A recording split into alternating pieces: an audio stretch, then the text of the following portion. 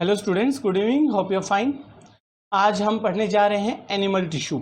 Last time हमने पढ़ा था इसके अंदर प्लांट टिश्यू हमारा कंप्लीट हो गया था। आगे हम एनिमल टिश्यू के बारे में पढ़ेंगे। आज हमने लास्ट टाइम में पढ़ा था कि प्लांट टिश्यूज़ हैं वो ग्रुप ऑफ सेल्स से बने हैं और इन टिश्यूज़ का एक स्पेशलाइज्ड फंक्शन होता है। वैसे ही प्लांट सेल के तरह ही एनिमल सेल्स हैं वो भी बने होते हैं different type of tissues. They are made up of different type tissues which have the special function, और वो अपना एक स्पेशल फंक्शन परफॉर्म करते हैं। तो एनिमल्स के अंदर स्पेशल फंक्शन कुछ भी हो सकता है, जैसे कि movement of the body parts. मैं अपने बॉडी पार्ट्स को मूव कर रहा हूँ, ये एक स्पेशल फंक्शन है। और मेरे पार्ट्स, एक पार्ट दूसरे पार्ट के साथ कोऑर्डिनेट कर रहा है, तभी मूवमेंट पॉसिबल हो पा रही है। अगर बॉडी पार्ट्स एक दूसरे के साथ कोऑर्डिनेट नहीं करेंगे तो मूवमेंट पॉसिबल नहीं हो पाएगी। ये टिश्यूज़ जो एनिमल टिश्यूज़ है हेल्प करते हैं कॉन्ट्रैक्शन में, रिलैक्सेशन में। कॉन्ट्रैक्ट करने का मतलब सिकुड़ना, रिलैक्स का मतलब रिलैक्स होना, ठीक है। हेल्प करते हैं कॉन्ट्रैक्शन में, रिलैक्सेशन में, movement of the body parts में। एनिमल टिश्यूज़ की बात कर रहे हैं हम। बहुत सारी टिश्यूज़ हैं जो ट्रांसपोर्ट में हेल्प करती हैं, जैसे हमारे ब्लड है और लिम्फ है। They carries the food material, waste, CO2 and O2 required by our the body parts of body from one part to another part. हमारी नर्व सेल्स रेस्पॉन्स करती हैं टू स्टिमुलस। जैसे कि आप एक एग्जांपल समझिए, हमारी बॉडी के अंदर हमें ऑक्सीजन की जरूरत है, हमने ऑक्सीजन लिया। अब ये ऑक्सीजन है पूरे बॉडी पार्ट्स तक पहुंचनी चाहिए, जहाँ जहाँ इसकी रिक्वायरमेंट है वहाँ पहुंचनी चाहिए। तो एक टिश्यू है जिसको हम कनेक्टिव टिश्यू बोलते हैं, ब्लड, वो पूरे बॉडी पार्ट्स में जहाँ भी ऑक्सीजन की रिक्वायरमेंट होगी वहाँ तक लेके जाएगी। सेकेंड, CO2, जब हमारे बॉडी पार्ट्स ने CO2 रिलीज किया एज ए एक्सक्रीटरी प्रोडक्ट और वेस्ट प्रोडक्ट, तो उस वेस्ट पार्ट को भी लेके हमारे सारे बॉडी पार्ट से वेस्ट को लेके या CO2 को लेके एग्जिट पॉइंट तक पहुंचना टिश्यू करवाती है, कनेक्टिव टिश्यू। दूसरे बहुत इंपॉर्टेंट चीज़ है कि नर्व सेल्स, हमारी बॉडी के अंदर एक नर्वस टिश्यू होती है जो रेस्पॉन्स करती है किसी भी स्टिमुलाई। अब इस बात को समझेंगे, स्टिमुलाई क्या है, रेस्पॉन्स क्या है। जैसे कि मैंने किसी भी गर्म चीज़ को छुआ, मैंने अचानक हाथ वापस कर लिया, क्यों? क्योंकि मेरी बॉडी की जो आउटर सरफेस के ऊपर टिश्यू है उसके अंदर जो सेल्स हैं उन्होंने एक मैसेज लिया कि ये गर्म है और वो ब्रेन तक पहुंचा है। ब्रेन ने वो मैसेज वापस किया कि हाथ हटा लो, और जो ये सारा काम जो टिश्यू करवा रही है उसका नाम है nervous tissue. It has the nerve cells. So stimulus is any change in the external environment. ये गर्म चीज थी, ये चेंज था। जैसे कि सर्दी होती है, आप स्वेटर पहन लेते हो, तो जो सर्दी है वो स्टिमुलस है आपके लिए, और आपने जो स्वेटर पहन ली ये आपका रिस्पॉन्स है उस स्टिमुलस को। धूप लगी, छाता लगा लिया, धूप आपके लिए स्टिमुलस है, छाता लगाना आपने रिस्पॉन्स किया। तो एक तरह से मानेंगे कि stimulus is a question and response is A answer. तो इसको भी करने के लिए टिश्यूज हेल्प करते हैं जिनका नाम है नर्व टिश्यू। ओके, तो हमारे बॉडी में दुनिया भर की टिश्यूज होते हैं। आज हम पढ़ेंगे टिश्यू के बारे में, एनिमल टिश्यू के बारे में। So on the basis of function, animal tissues can be classified as epithelial tissue, muscular tissue, connective tissue and nervous tissue. आज हम पढ़ेंगे एपिथेलियल टिश्यू के बारे में। नेक्स्ट आने वाले लेक्चर्स में हम पढ़ेंगे मस्कुलर टिश्यू, कनेक्टिव टिश्यू और नर्वस टिश्यू। सो एपिथेलियल टिश्यू, हमारे पास एपिथेलियल टिश्यू 4 तरह की है, 4 या 5 तरह की। स्क्वेमस एपिथेलियम या epithelial tissue, cuboidal epithelial tissue, columnar epithelial tissue, ciliated epithelial tissue and glandular epithelial tissue. अगर मैं एपिथेलियल की जगह कहीं एपिथेलियम बोल जाऊं तो दोनों एक ही बात है, एपिथेलियम और epithelial. It represents the tissue. Okay, देखिए मैंने लिखा भी है एपिथेलियम टिश्यू, एपिथेलियल टिश्यू बोलेंगे, और इस पूरे वर्ड के लिए हम एपिथेलियम बोलेंगे। चलिए, तो एपिथेलियम की बात करते हैं जिसको आज हमने पढ़ना है। एपिथेलियल टिश्यू के अंदर हमने 5 तरह की और टिश्यूज पढ़नी है। तो सबसे पहले देखते हैं कि कॉमन कैरेक्टर्स क्या होते हैं एपिथेलियल टिश्यू के। सबसे पहले कि मैं बता दूं कि जो एपिथेलियल टिश्यू है एक बहुत ही सिंपल तरह की टिश्यू है जो प्रोटेक्शन का काम करती है। तो इसका मतलब ये हुआ कि जो हमने 1, 2, 3, 4, 5 टिश्यूज पढ़ने वाले हैं एपिथेलियल टिश्यू के अंदर, वो सारी प्रोटेक्शन देंगे हमें। तो epithelial tissue consist of tightly cohesive sheets of the cells in layers. जो एपिथेलियल टिश्यू है वो कैसे बनी होती है, इसके अंदर जो सेल्स होती हैं वो टाइटली क्लोज्ड होती हैं और लेयर में होती है, स्टिक होती है, एक दूसरे की चिपकी हुई होती है, cohesive, sticking together, tightly attach होती है एक दूसरे की। Epithelial covers the external surface of the body, जो हमारा बॉडी है उसका जो एक्सटर्नल सरफेस है उसको कवर करती हैं। तो हमने बात किया था कि प्रोटेक्शन में हेल्प करती हैं, तो आउटर कवरिंग जो भी है हमारी बॉडी के अंदर वो प्रोटेक्शन में हेल्प करती है। हाँ, साथ में ये हमारे इंटरनल ऑर्गन्स जिनको हम विसरा बोलते हैं उनकी भी लाइनिंग बनाती है। लाइनिंग का मतलब है कवरिंग, जहां जहां मैं लाइन बोलूँ उसका मतलब कवरिंग है। जैसे हमारी स्किन के अंदर आउटर सरफेस पे एपिथेलियल टिश्यू है। सरफेस ऑफ द माउथ के सरफेस के ऊपर एपिथेलियल टिश्यू है। एलिमेंट्री कैनाल हमारी बॉडी के अंदर जहाँ से हम सांस लेते हैं, नाक से लेके अपना माउथ और नीचे तक एनस तक एक कैनाल है जिसको हम एलिमेंट्री कैनाल बोलते हैं, जो डिफरेंट टाइप के ऑर्गन सिस्टम से अटैच होती है, जो बॉडी के फंक्शनिंग में हेल्प करती है। उसकी कवरिंग भी एपिथेलियल टिश्यू से बनी होती है। हमारे लंग्स की कवरिंग भी एपिथेलियल टिश्यू से बनी होती है। और जहाँ पे ये सारी सेल्स या सारी टिश्यूज़ एक दूसरे के साथ जुड़ती हैं, ये सारी सेल्स एक टिश्यू के अंदर जहाँ एक साथ जुड़ती हैं उसको हम जंक्शन बोलते हैं और बोल देते हैं इंटरसेलुलर जंक्शन। ओके, चलिए, तो जो एपिथेलियल टिश्यू बनी तो देखिए बहुत सारी सेल्स एक दूसरे के साथ टाइटली क्लोज हुई और एक टिश्यू बनी। तो इसका जो बेस है उसको हम बोलते हैं बेसमेंट मेम्ब्रेन। मतलब मैं ये कह दूं कि एक एपिथेलियल टिश्यू के अंदर जितनी भी सेल्स हैं वो जहाँ पर बैठी हुई हैं, जहाँ पे रखी हुई हैं, जहाँ पे इनका स्ट्रक्चर बना है, एक दूसरे से अटैच है, उसका जो बेस है उसको हम बोलते हैं basement membrane. Epithelial tissue is a thin, the base of epithelial tissue is a thin basement membrane जो कि बना होता है ग्लाइकोप्रोटीन्स का और कोलेजन फाइबर का। इसके अंदर सेलुलोज नहीं होता है, इस बात का पूरा ध्यान रखेंगे आप। प्रोटेक्शन में हेल्प करते हैं, मैकेनिकल इंजुरी से हमें बचाते हैं, ड्राई अप होने से बचाते हैं, स्किन ड्राई अप ना हो जाए, एंट्री ऑफ जर्म्स और हार्मफुल केमिकल्स की एंट्री से हमें रोकते हैं, तभी तो प्रोटेक्शन होगी बॉडी की। हेल्प इंटेस्टाइन के अंदर भी होती है। इंटेस्टाइन के अंदर हेल्प करती है वाटर का अब्जॉर्प्शन। अगर हमारी बॉडी के अंदर जो वाटर है अगर वो एक्सक्रीटरी प्रोडक्ट के रूप में, वेस्ट प्रोडक्ट के रूप में निकल जाएगा तो बॉडी में पानी की कमी आ जाएगी। इसलिए एपिथेलियल लाइनिंग, जो एपिथेलियल की जो कवरिंग बनती है इंटेस्टाइन में, वो अब्जॉर्प्शन में हेल्प करती है वाटर का एंड डाइजेस्टेड फूड का। ओके, साथ में एलिमिनेशन में हेल्प करती है नाइट्रोजन वेस्ट का। हमारी बॉडी में जितने भी नाइट्रोजन वेस्ट बनते हैं उनको आउट करती है। ओके, चलिए, दूसरी बात, हमारी बॉडी के अंदर बहुत सारे केमिकल सीक्रेट करते हैं कुछ पार्ट्स, कुछ स्ट्रक्चर जिनको हम ग्लैंड बोलते हैं। एक ऐसा स्ट्रक्चर जो केमिकल सीक्रेट करता है, कोई भी लिक्विड सीक्रेट करता है, जो हमारी बॉडी के डिफरेंट फंक्शंस में हेल्प करता है, जैसे ऑस्मो रेगुलेशन मेंटेन करने में, डाइजेशन का हेल्प करने में, बैलेंस बनाने में, वाटर सॉल्ट का बैलेंस बनाने में।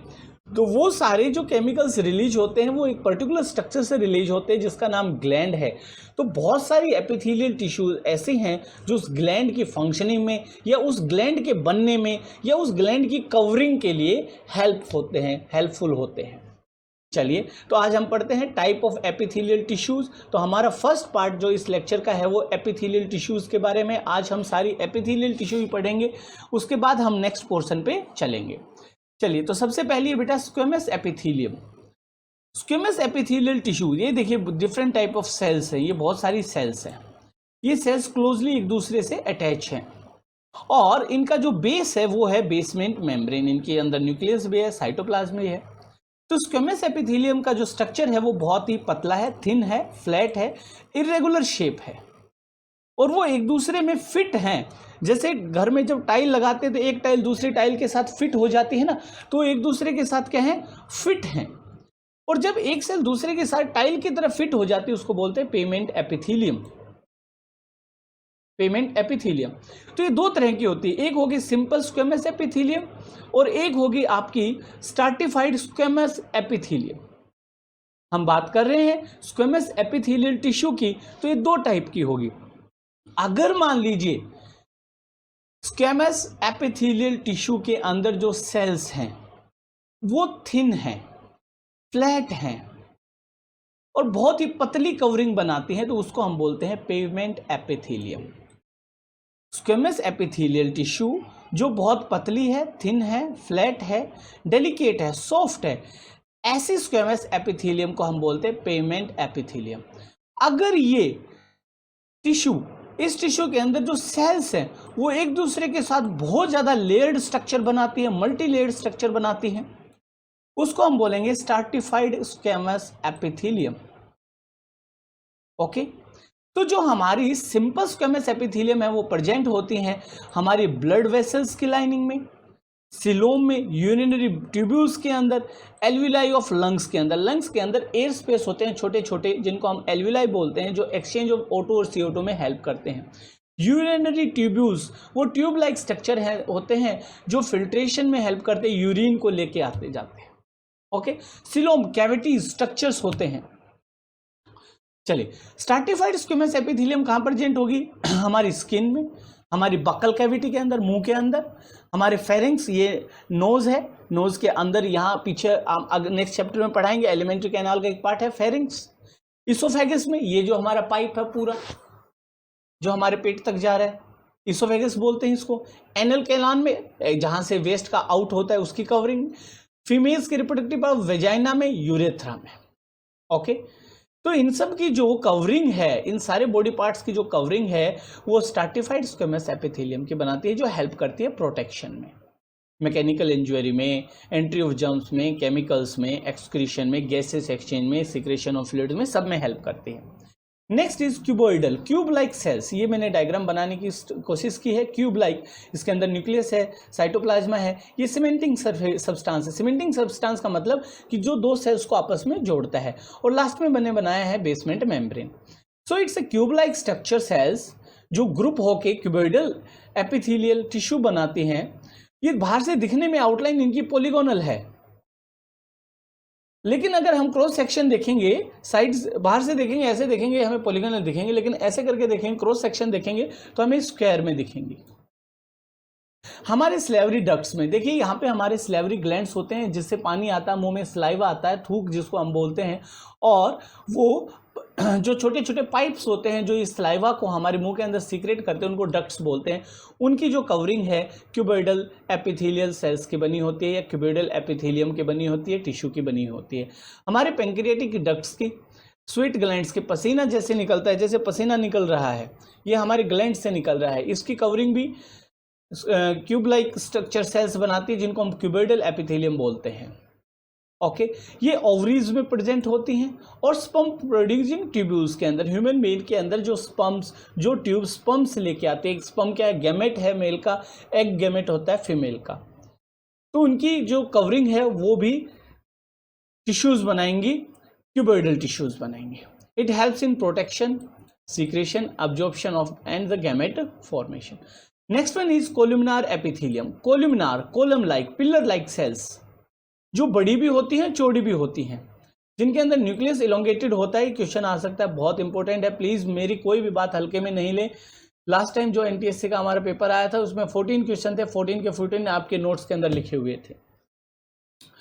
ओके, ये जो कोलुमिनार एपिथेलियम, देखिए सबसे पहले हमें इसमें याद क्या करना है, इस पूरे टिश्यू के अंदर ये ध्यान रखें, समझना क्या है ये ध्यान रखें कि ये टिश्यू का फंक्शन क्या है और ये कहाँ कहाँ होती है। बस कोलुमिनार एपिथेलियम टिश्यू लाइंस स्टोमक की जो कवरिंग बनाती है, इंटेस्टाइन्स की जो कवरिंग बनाती है, गोल ब्लैडर की जो कवरिंग बनाती है, मैमेली ग्लैंड्स फीमेल्स में जो कवरिंग बनाती है, यूरेथ्रा की जो कवरिंग बनाती है, वो कौन सी टिश्यू है? Epithelial columnar epithelium. प्रोटेक्शन में हेल्प करेगी, एब्जॉर्प्शन में हेल्प करेगी, सिक्रेशन में भी हेल्प करेगी।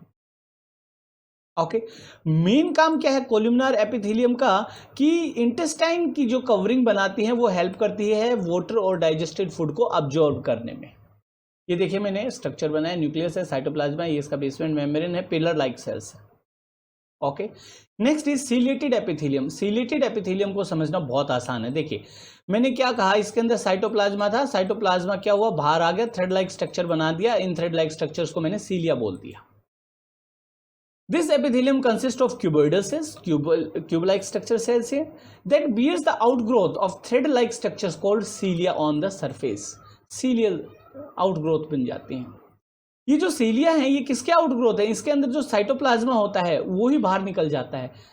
और साइटोप्लाज्म बाहर निकलता है, ये देखिए इसके अंदर छोटे छोटे राउंड स्ट्रक्चर होते हैं जिसको हम बेसल ग्रेन्यूल्स बोलते हैं, और यहाँ से ही ये आउटग्रोथ होती है, साइटोप्लाज्मा की आउटग्रोथ होती है, यहाँ से ही ये सारी आउटग्रोथ होती है।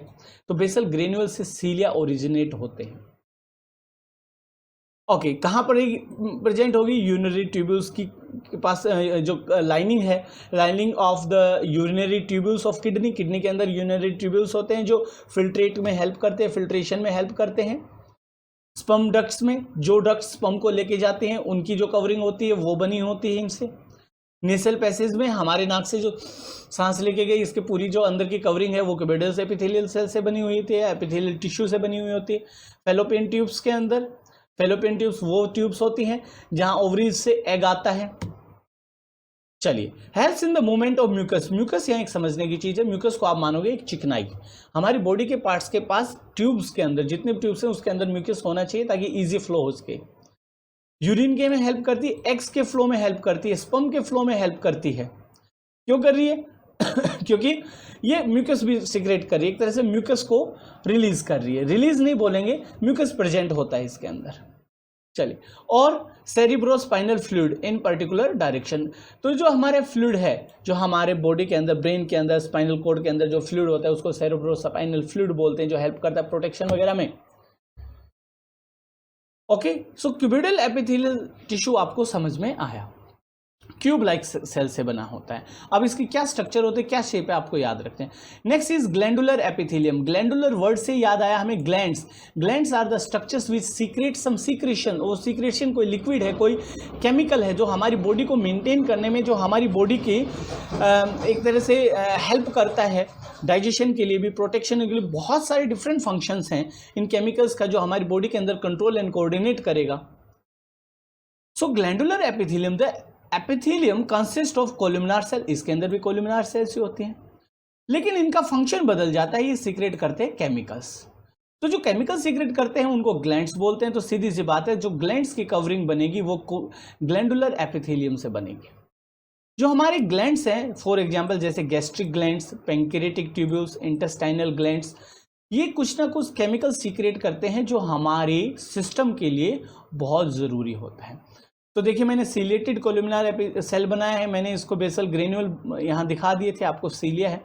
इसके साथ मैंने यहाँ पे आपके लिए ग्लैंडुलर एपिथेलियम का स्ट्रक्चर बनाया है। तो मैंने यहाँ पे एक माइक्रोविलाई वर्ड लिखा है।